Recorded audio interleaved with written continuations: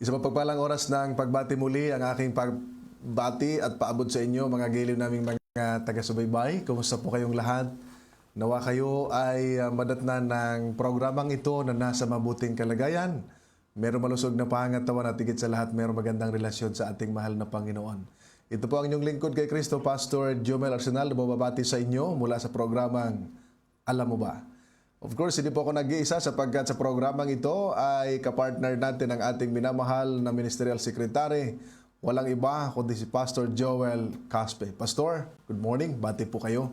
Masayang umaga at magandang buhay sa ating lahat, mga minamahal mga kaibigan at mga kapatid. Tayo po'y nagagalak na kayo ay may makasamang muli sa mikling panahon ng ating pag-aaral na may kinalaman sa Alam Mo Ba? Ayan, thank you Pastor. At nakikiusap tayo sa lahat ng ating mga kapatid na nanonood na kayo po'y mag-share ng ating live ngayong umaga para po ay makinabang din ng ilan nating mga kapatid. And of course, ang mga lokal na iglesia natin, i-share nyo po para maging blessing din sa kanila at mapanood ang napakagandang programang ito. At samantalang kayo nagsishare, tayo po ay dudulog sa Panginoon at tayo'y manalangin. Let us pray. Dakilang Diyos, sa mga oras na ito, kami po ay lumalapit sa inyo, nagpapasalamat sa biyaya ng buhay at kalakasan. Salamat Panginoon sa inyong paggabay at sa pagkakataon na magpahayag ng inyong mga salita sa aming mga kapatid at mga kaibigan. Aming dalangin Panginoon ang karunungan ipagkalob sa bawat isa sa amin. At ang inyong banal na presensya ang aming maranasan upang maging pagpapala sa bawat isa ang aming paglilingkod at maging kapakipakinabang sa aming mga taga-subaybay. Pangunahan kami ng Santong Espiritu sa pangalan ng aming Panginoong Hesus. Amen. Amen at amen. Mga giliw namin mga taga-subaybay, tayo po ay nasa episode 3 na sapagkat ang unang tinalakay natin ay may kinalaman sa banal na kasulatan kung gaano kahalaga ng Biblia, Pastor Joel. Yes. At of course, ang Godhead o yung Trinity. Pinag-usapan natin ang kadyusaan na merong isa lamang Diyos sa tatlong persona.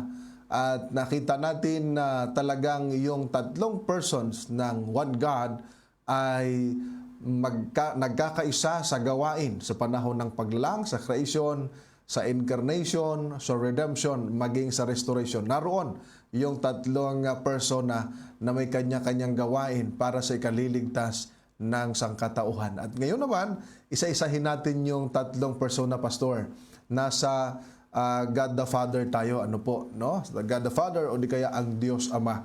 Ating alamin kasi maraming naniniwala, Pastor, na ang Diyos Ama, siya din ang Panginoong Hesus at siya din ang Holy Spirit. Ay ating tutuklasin, mga minamahal, kung ang Ama ba ay iba sa anak at iba sa Holy Spirit o siya din yun. Sino ba ang Ama na tinutukoy? Yayamang ang ating basis at yung ating pinaka-creed sa ating paniniwala ay ang banal na kasulatan. Ating babalikan, Pastor, kung ano po ang itinuturo nito. Pastor, ano ang itinuturo ng Biblia patungkol po sa Diyos Ama? Okay, Pastor. Sa unang bahagi ng ating pagtuklas sa ating pag-aaral ay ating nabasa nung nakaraang pag-aaral natin. Opo. Yung may kinalaman sa Deuteronomy 6:4. Opo. At yun ay binabanggit doon. Gusto kong ulitin uli mga kapatid para makuha natin. Yes. Dinggin mo, Israel, ang Panginoon nating Diyos ay isang Panginoon. So nabanggit mo noong nakaraan yung salitang Shema. Yes, Pastor. Okay? Sa paglalarawan kung ano ang kalagayan ng Ama. Ito yung pangunahing pahayag ng pananampalataya ng bansang Israel sa kanilang kapanahonan. Opo. At dito ipinakita na may isang tunay na Diyos. At siya ang tinutukoy sa bagong tipan bilang Ama na ating pinag-aralan ngayon. Opo. Yung sa Deuteronomy 6 verse 4. Opo. At meron ding binabanggit, Pastor, doon sa Malakias 2 verse 10, na ang sabi doon ay, hindi ba iisa ang ating Ama? Yan. Okay?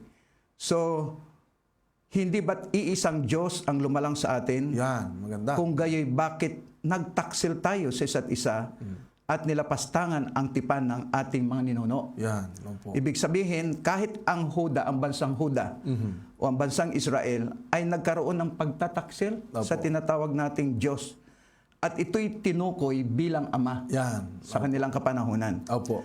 Yung Ama na siya yung buong nilalang at siya ang pinagmulan, lumikha, kaya't siya ang una at ang pinakadakila sa lahat. Yung Ama na tinutukoy sa Ayun. Biblia. At maliwanag, Pastor, doon sa binanggit nyo sa Malakias 2:10 na hindi ba iisa lamang ang ating Ama? Yes, oo. Kaya kung ang ating Panginoong Yesus ay Ama at ang Holy Spirit ang Ama, edi tatlo. Tatlo na. Hindi po pwede. Salungat na sa sinasabi ng Biblia. Opo, maliwanag, Pastor. Kaya ang ituturo doon sa mga talatang binanggit, bagaman ang tinalakay doon sa Deuteronomy 6 ay iisang Diyos, of course, naniniwala tayo ng isang Diyos ay may tatlong persona. Isa sa persona, yun yung Ama. Yung Diyos Ama. Opo, na iisa. Opo, yun ang unang kapahayagan. Sa Bagong Tipan, Pastor, ano ang mga kapahayagan patungkol sa Ama? Sinabi ba doon na siya din ang Panginoong Hesus o ang Ama ay Ama ng Panginoong Hesukristo? Ano ang sinasabi ng Bagong Tipan, Pastor? Sa Bagong Tipan ay si Kristo mismo ang nagsalita at kaya tinukoy Aba, yung isang tunay na Ama. Ating babasahin ang Juan 17 talatang 3. opo. Ano po ang nasabi diyan? At ito ang buhay na walang hanggan, Yes. na ikaw ay makilala nila na iisang Diyos na tunay at si Jesucristo na siyang sinugo. So ibig sabihin dito sa talatang ito ay si Kristo mismo ang tinutukoy bilang isang tunay na Diyos. Ama. Ang anak ay sinugo. Ibig sabihin, may sumugo sa bugtong na anak. Kaya't malinaw na ang pagkakaiba ng Ama at anak at ang maging banal na espiritu ay magkaiba. So ibig sabihin, pinatunayan ng Diyos anak na mayroong iisang tunay na Diyos at ang tinutukoy dito ay yung Ama. Ama. Sa ikalawang talata, Pastor, dito sa talata ng Efeso 4:6, isang Diyos at Ama ng lahat, na siyang sumasibabaw sa lahat at sumasa lahat at nasa gitna ng lahat. So, ibig sabihin, merong Ama na pinagmulan maging sa mga pinuno, yung tinatawag nating tagapangalaga ng lahat. At binabanggit dito sa Efeso, siya ang unang personalidad ng Godhead na nakatayo bilang pinagmulan ng lahat ng nilalang. Merong Ama na tinutukoy sang-ayon sa aklat ng Bagong Tipan sa Efeso na ang sabi dito ay isang Diyos at Ama ng lahat na pinagmulan ng lahat ng bagay. Ayun. So may binabanggit na Ama. Kung sa Lumang Tipan may Ama na binabanggit, maging sa Bagong Tipan. Pero kinaklaro ito, Pastor, sapagkat meron ding isang Ama na nasa Bagong Tipan. Yun naman yung Diablo.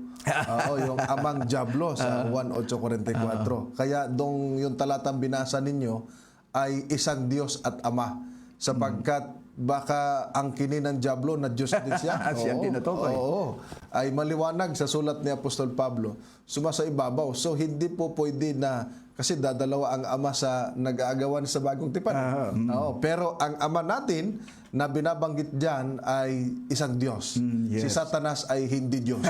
Opo. Bagaman siya ay Ama, pero Ama siya ng kasinungalingan at Ama ng tinatawag nating kasamaan. So ang Diyos Ama, maliwanag po yan, mga minamahal. Ano po, hindi siya ang Panginoong Yesus. Sapagkat ang Panginoong Yesus mismo ang nagsabi doon sa 17:3 na, at ikaw, Ama. Kausap niya ang Ama. Hindi niya sinabi na, ikaw, Ama, ay ako rin. Walang ganun. Opo. Na pinagmulahan ang sabi doon. Sige, Pastor, tuloy natin. Pastor, Opo. meron din binanggit doon sa Juan 14:26 Opo. para maging mas maliwanag. Ang sabi doon ay, ako'y dadalangin sa Ama. 14:26. 14 sa John. 16 yan. 16.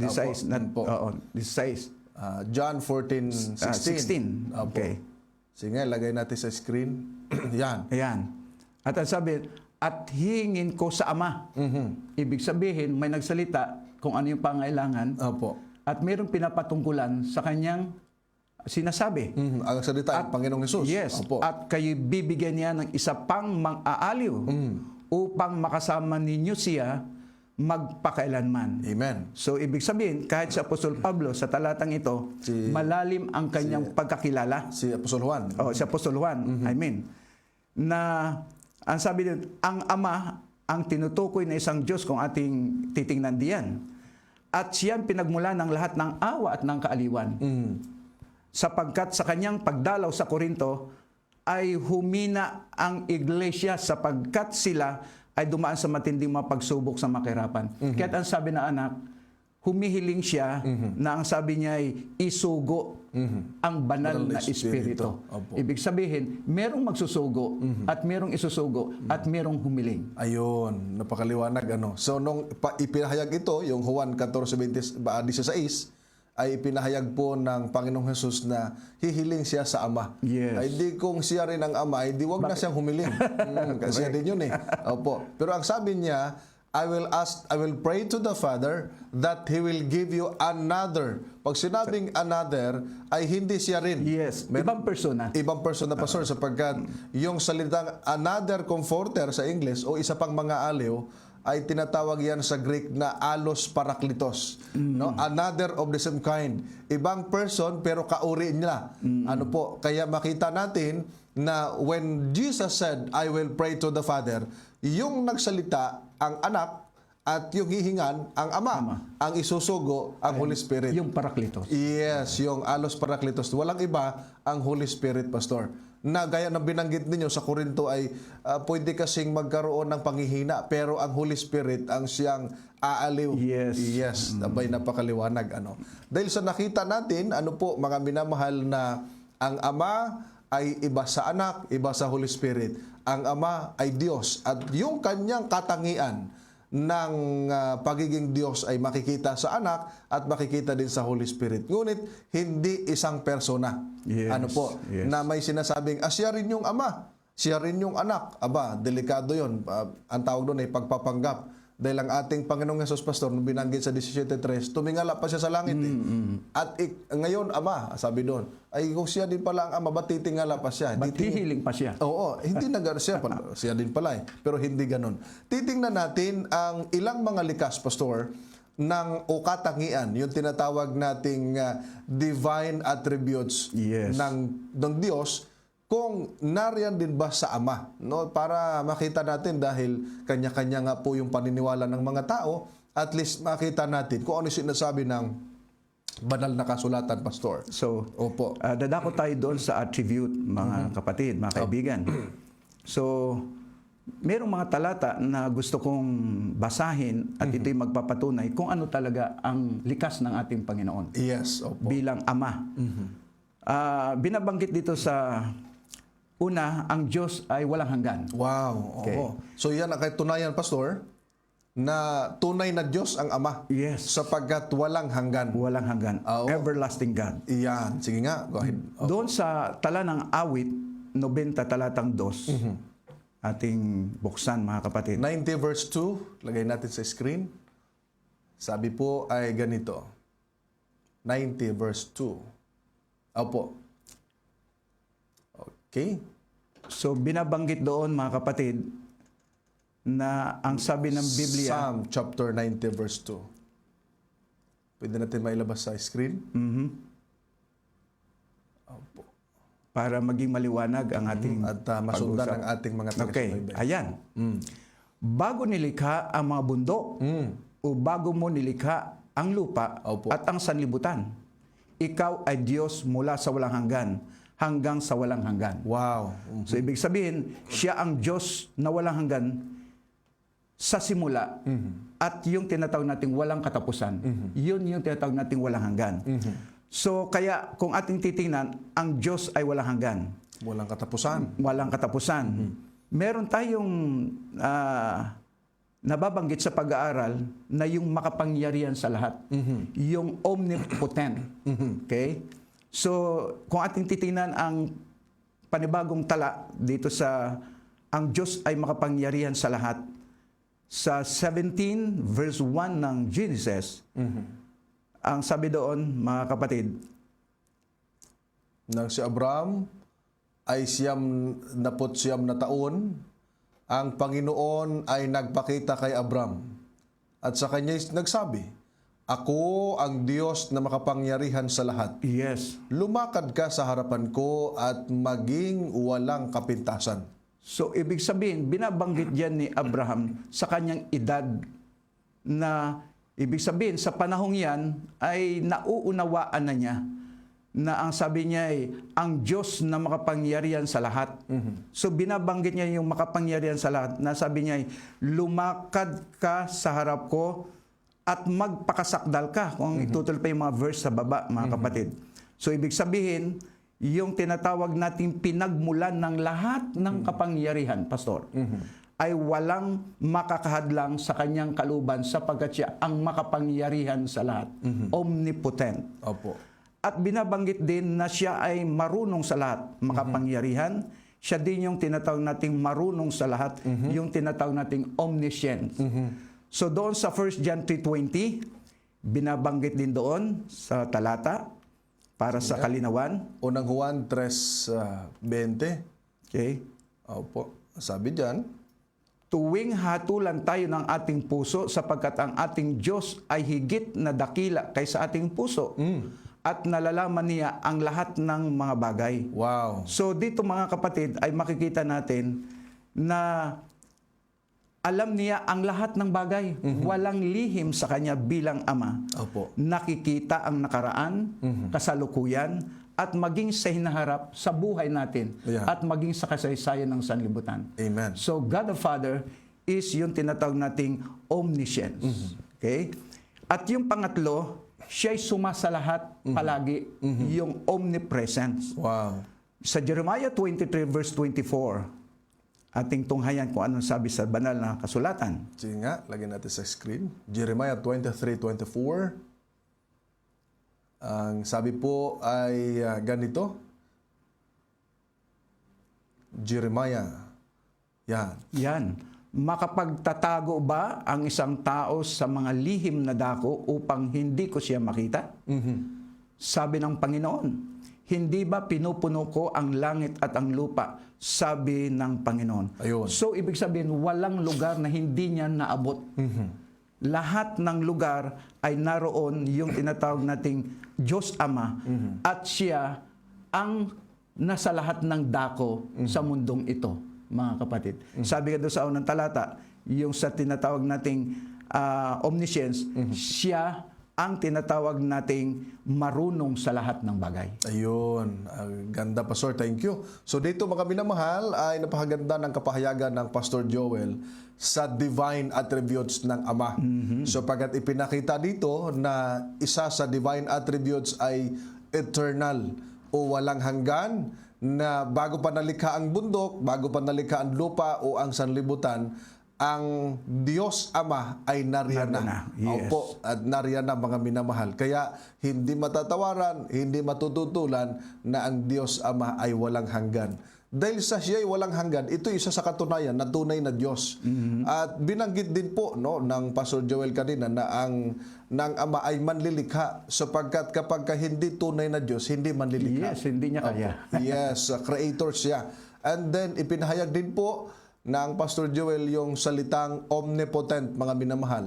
Ang kahulugan nun ay makapangyarihan sa lahat. Ano po, ang tawag niyan sa Hebrew, El Shaddai.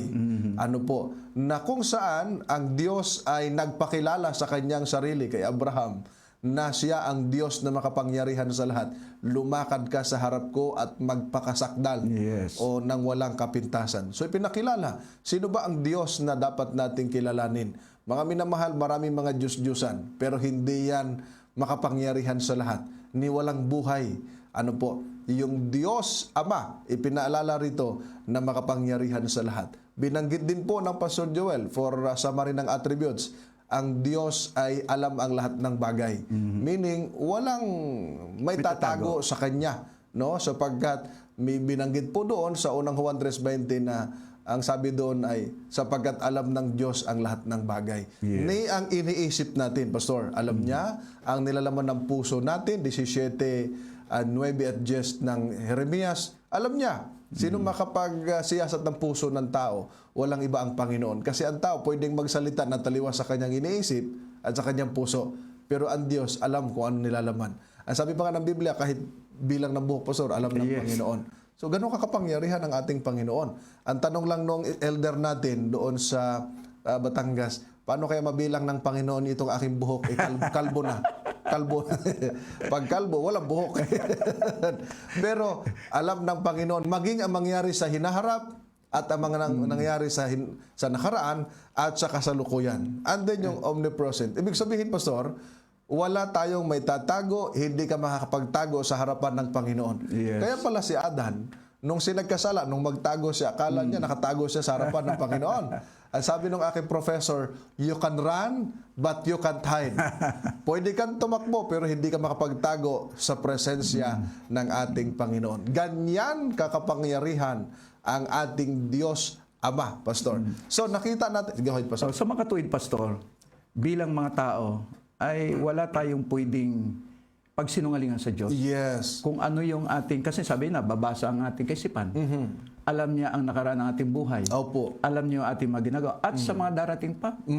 Ibig sabihin, wala tayong maikukubli sa Panginoon. Yes. Opo. Kahit sa tinatawag nating mga paggawa ng mabuti, alam ng Panginoon. Opo. Gumawa tayo ng masama, alam din ng Panginoon. Opo. Kaya hindi tayo pwedeng makatago sa harapan ng Correct. Walang lihim sa ating Panginoon. Yes. No? Mga minamahal. Kaya nga yung mga lihim ng tao, pagdating sa judgment, sabi doon ay may bubunyag. Yes. Ayan. Kaya pala, tama, Pastor. Opo. Sabi doon sa John, the truth will set you free. Ayun. O, yung katotohanan, Katotohanan. ang magpapalaya. Sapagkat, bagaman hindi alam natin ang bawat isa, yung mga buhay natin, pero alam ng ating Panginoon. Dahil yan ay isa sa mga divine attributes ng ating Panginoon, mga minamahal, no? Ng Ama.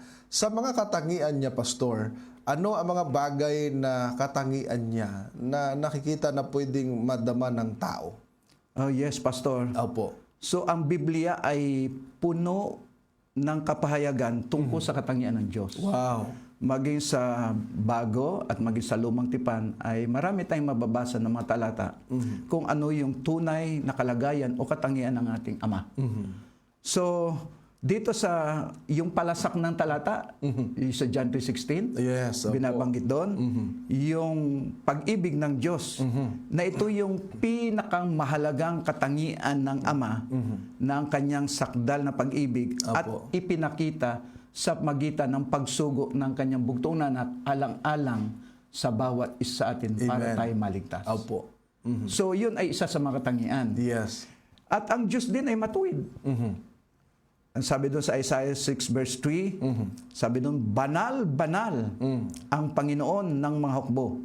Ang buong lupa, puspos ng kanyang kalwalatian.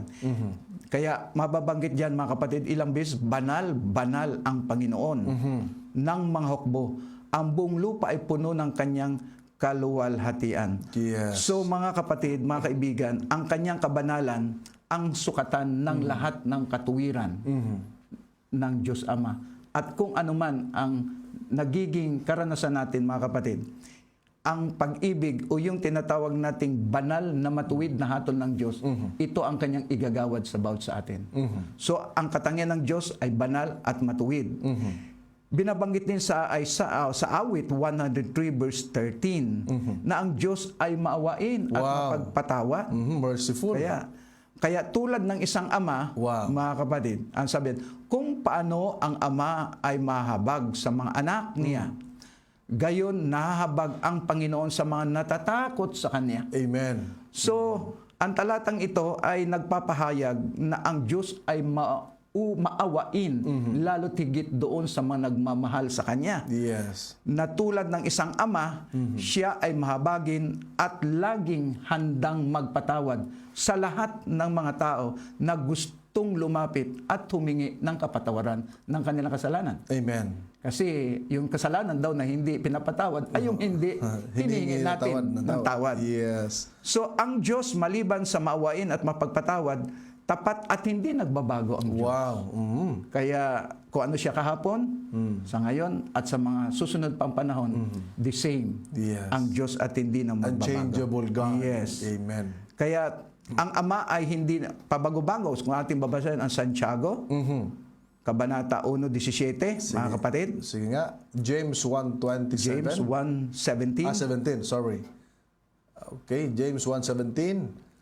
Ang bawat mabuting kaloob at ang bawat sakdal na kaloob ay pawang buwat sa itaas na nanggagaling sa Ama ng mga ilaw na sa Kanya ay walang pag-iiba Yes. o aninuman ng pagbabago. Amen. Ang ganda. So, ibig sabihin, ang Ama'y hindi pabago-bago. Yes. Sinabi niya ngayon, nagbigay siya ng kautusan sa bansang Israel, pagkatapos ay babaguhin niya.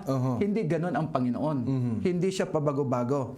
At ang kanyang pangako sa bawat isa sa atin ay matatag. Amen. At hindi ito magmamaliw. Ganyan ang ating Panginoon. Tapat at hindi nagbabago. At yung binabanggit din sa Deuteronomio 32:4, yung makatarungan. Wow. Okay? Ano pong binabanggit doon, mga kapatid? Sabi dyan, Siya ang bato, ang kanyang gawa ay sakdal, sapagkat lahat ng kanyang daan ay katarungan. yes. Isang Diyos na tapat at walang kasamaan. Siya ay matuwid at banal. Aba, parang sa talatang ito, pinag-isa lahat ng mga Yes, binanggit mo. oo. Na ang Ama ay hindi nagkakamali sa kanyang ginagawa sapagkat siya ay katarungan, ang sabi diyan, mga kapatid.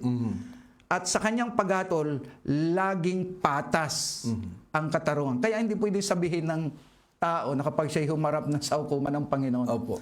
ay, Lord, hindi ko ginawa yan. Hindi pwedeng magsinungaling. Hindi pwedeng pagsinungalingan ng Diyos. Kaya ang Diyos ay makatarungan.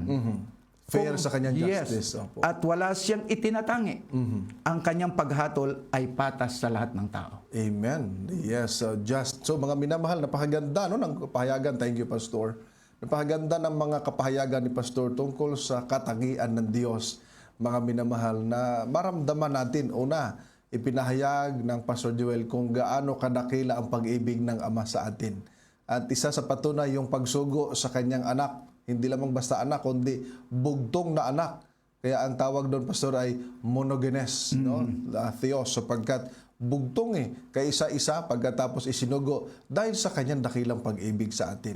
Ang Diyos ay banal at matuwid. Kaya pala ang gusto ng Diyos, mamuhay tayo sa katwiran at sa kabanalan. Yes. Dahil siya ay Diyos na banal at matuwid. Of course, ang Diyos natin mahabagin, merciful, at nagpapatawad. Walang kasalanang hindi ipinapatawad ng Diyos kung ito'y iyong hiniangan ng tawad with a sincere heart. No, yung bang with sincerity, ikaw ay sincerong humihingi sa Panginoon. Ang Diyos pa rin nagpapatawad. Parang ama na nahabag sa kanyang anak. Ganon ang ating Ama sa langit, Pastor. Yes. At ang Diyos natin, binanggit din sa talata, tapat at hindi nagbabago. Yes.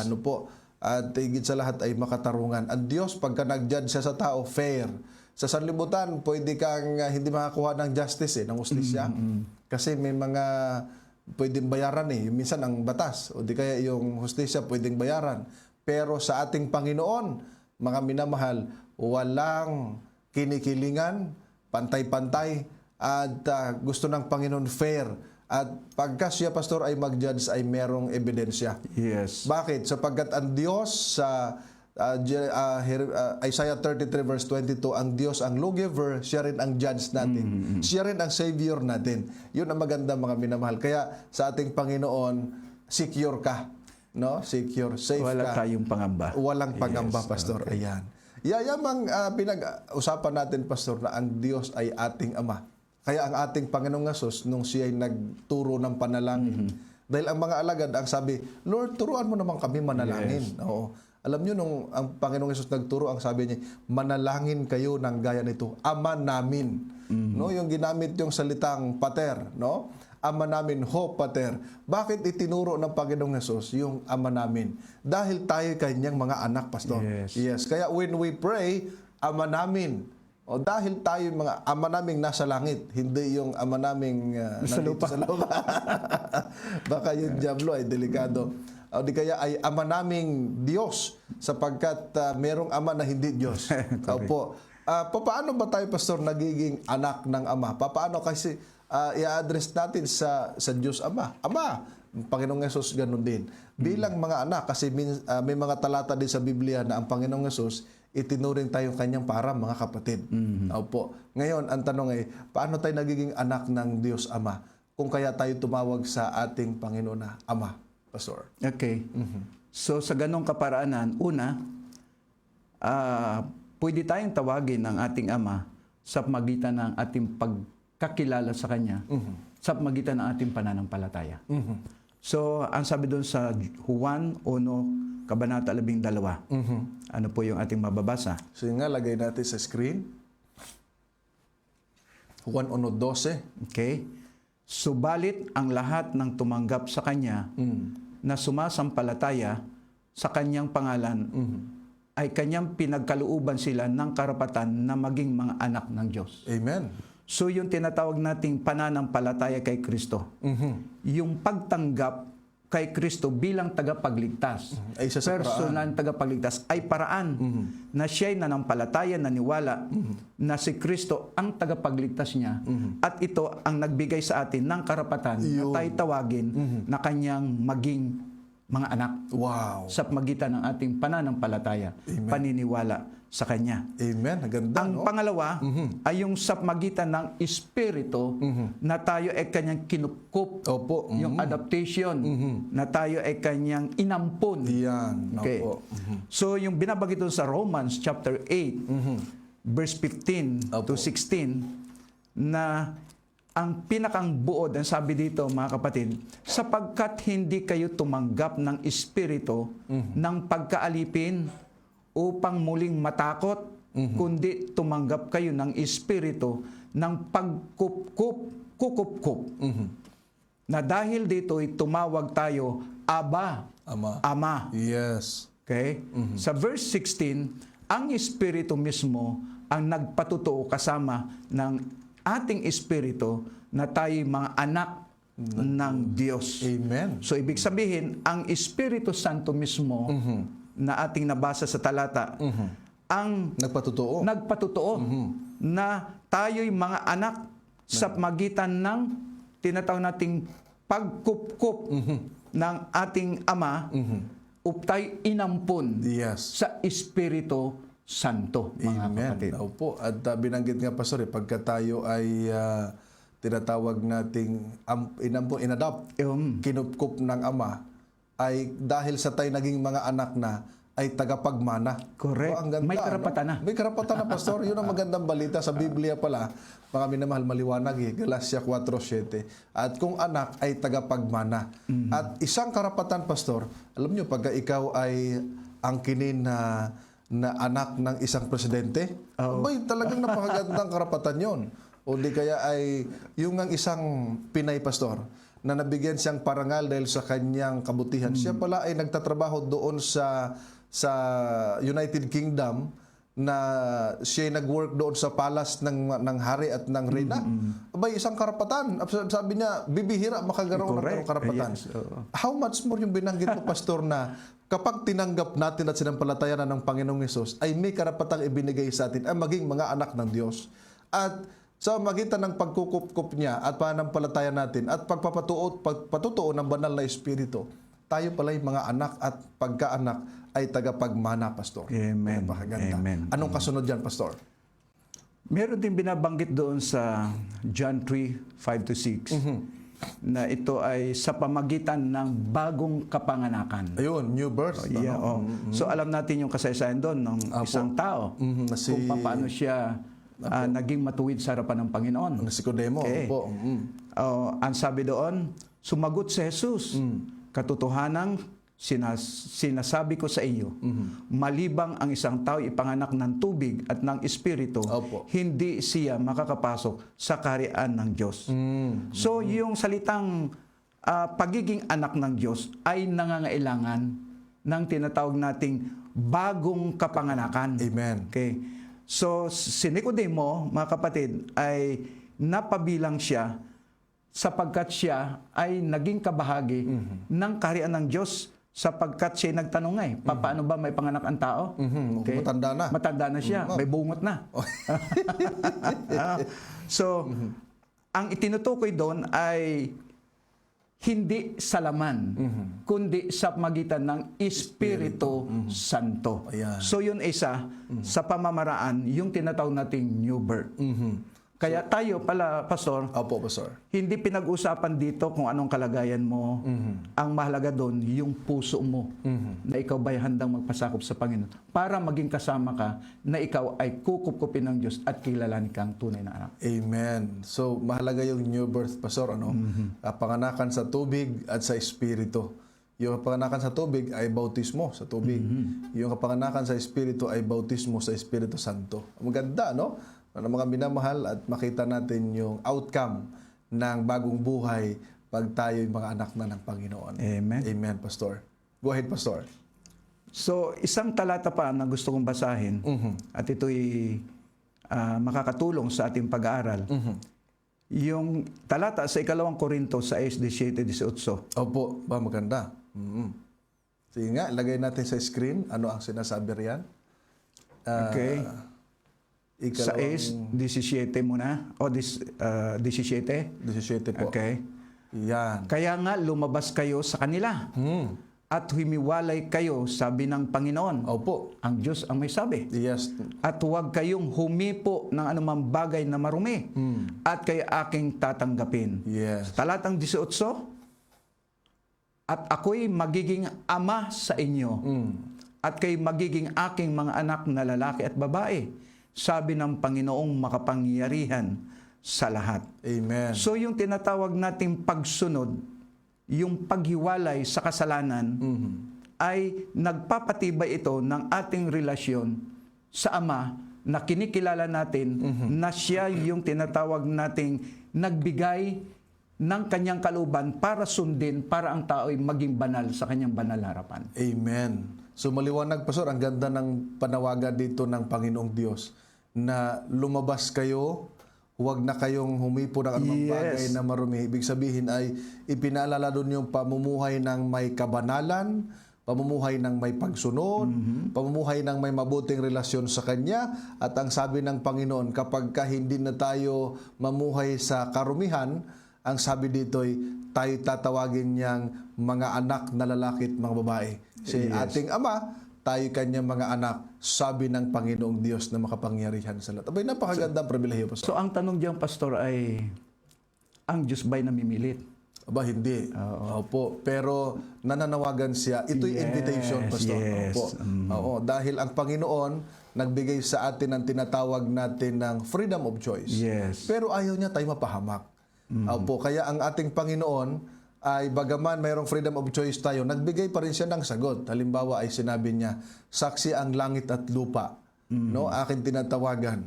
Mamili ka ngayon, buhay o kamatayan, pagpapala o sumpa, Deuteronomio 30 versikulo 19. Ngunit piliin mo ang buhay upang ikaw ay mabuhay. Ang Panginoon, hindi siya namimilit pero binibigyan tayo ng choice para makapamili. Tama. At binigyan rin tayo ng tamang sagot. Ang gagawin lamang, piliin ito.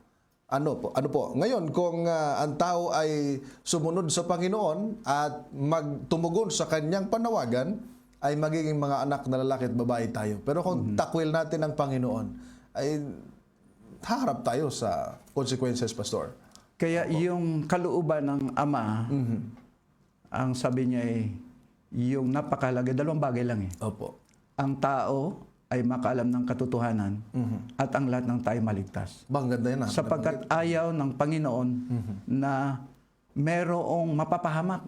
Yes. Katulad na binanggit mo kanina, pero ibinigay sa atin yung freedom Opo. ng pagpili kung ano ang ating susundin o hindi. Kaya ang Diyos ay matuwid. Amen. Opo. Magandang punto binanggit mo doon, Pastor, ano? Yung salitang gusto ng Panginoon malaman natin ang katotohanan at gusto ng Panginoon maligtas tayo. At yun ay kaaya-aya sa harapan ng Panginoon. Kaya pala, ang ating Panginoong Yesus di pa basta-basta bumabalik. Bagaman ay nakikita na natin yung mga nangyayari, subalit ang gusto ng Panginoon hindi mapahamak ang tao. Correct. Grabe ang pagmamahal ng Panginoon. Grabe ang kanyang malasakit, grabe ang kanyang patience sa atin. No? Yung pagpasensya na ang tao ay makapanumbalik man lamang at magkamit ng buhay na walang hanggan. Pero mayroong malungkot na magiging karanasan ng sanlibutan. Opo. Kasi bagamat binabanggit na ang Diyos ay walang hanggan, pero yung kanyang provision sa atin ay may katapusan. Yes. Kaya habang tayo'y merong pang panahon, merong pang namamagitan sa Ama, sangayon sa Korinto, na yung ating mga kahilingan, yung ating mga kagustuhan at ang ating nais mangyari sa ating buhay ay idudulog ng anak sa Ama. Yeah. Pero darating din ang panahon na ito po ay magwawakas. Opo. Na kahit anong gawin pala ng tao ay wala na tayong magagawa sapagkat wala nang, ibig sabihin, sarado na. Yung close of probation ay dumating na Yes. sa kanyang kapanahunan na tayo ay wala nang magagawa sapagkat wala na ang pangasiwa ng banal na Espiritu sa atin. Ayun, yung binabanggit mo, Kaya Pastor, yun ang na malungkot. close of probation. Yes. No? Bagaman ang Diyos natin ay walang hanggan, ang pag-ibig niya ay walang hanggan, pero meron siyang provision sa tao. Yes. Na habang bukas pa yan, kaya pala ang kaligtasan, ang sabi doon, ngayon ang araw ng kaligtasan. 2 Korinto 6:2. Sapagkat ang pag dumating yung kamatayan, close of provision yon. Correct. Oo, pagka dumating na yung actual na close of provision, kahit buhay ka pa, sarado na, pintuan ng awa. Hahatulan ka na ng Yes, Panginoon. Pastor. Opo. Kaya nga dito nakikita natin na gano'n na lamang kabuti ng Ama na binibigyan tayo lagi ng pagkakataon. Ano po, mga minamahal. At naramdaman natin, Pastor, may ilang minuto pa tayo. My 4 minutes. Gaano kahalaga na maramdaman ng tao na ang Ama ay patuloy na kumakalinga sa bawat isa? Ano po? No, dahil alam naman natin, ang Panginoon hindi nagpapabaya. Kahit sa masama at sa matuwid, nandyan siya eh. Ano po, kaya lang, mayroong advantage sa matuwid. Ano po, mayroong magandang outcome sa masama ay maranasan nila ang hindi maganda. Pero paano natin naranasan yung pagkalinga ng Ama sa atin? At nang maramdaman nila, ito yung pagkalinga pala ng Diyos Ama sa atin ito. Sige nga, Pastor. So, meron ding binabanggit ang ilang mga talata. Una, yung tinatawag natin pagtitiwala sa kanyang mga pangako. Yan. So, kung ating babasahin ang ikalawa, 1 Pedro 5:7, na dito'y binabanggit na sabi, ilagak ninyo sa Kanya ang lahat ng inyong kabalisahan Wow. sapagkat siya ang nagmamalasakit. Ibig sabihin, mararanasan natin ang Kanyang pagkalinga Yes. ngayon. Pero darating ang panahon na hindi na natin mararanasan. Kaya kapag isinuko natin ang lahat ng ating mga alalahanin, mga bigat, pasanin sa buhay, Opo. ang Diyos ay nariyan at ay tutulungan. Ang sabi lang niya, ilagak natin. Yan. Kasi kahit alam ng Panginoon ng ating pangangailangan at kung hindi naman natin hinihingi, Yeah. hindi rin ipagkakalob ng Diyos. Correct. Kaya So, kung ano yung kailangan natin dapat, hilingin natin, ilagak natin sa Kanya. Opo. Yan, mahalaga. At yun ay sa magitan ng ating panalangin. Wow. Yun ang parang daan papalapit sa Yes. Diyos, Pastor. Para tayo ay dumulog sa Panginoon sa magitan ng ating panalangin. So, sa Pilipos 4:6, binabanggit doon, mga kapatid.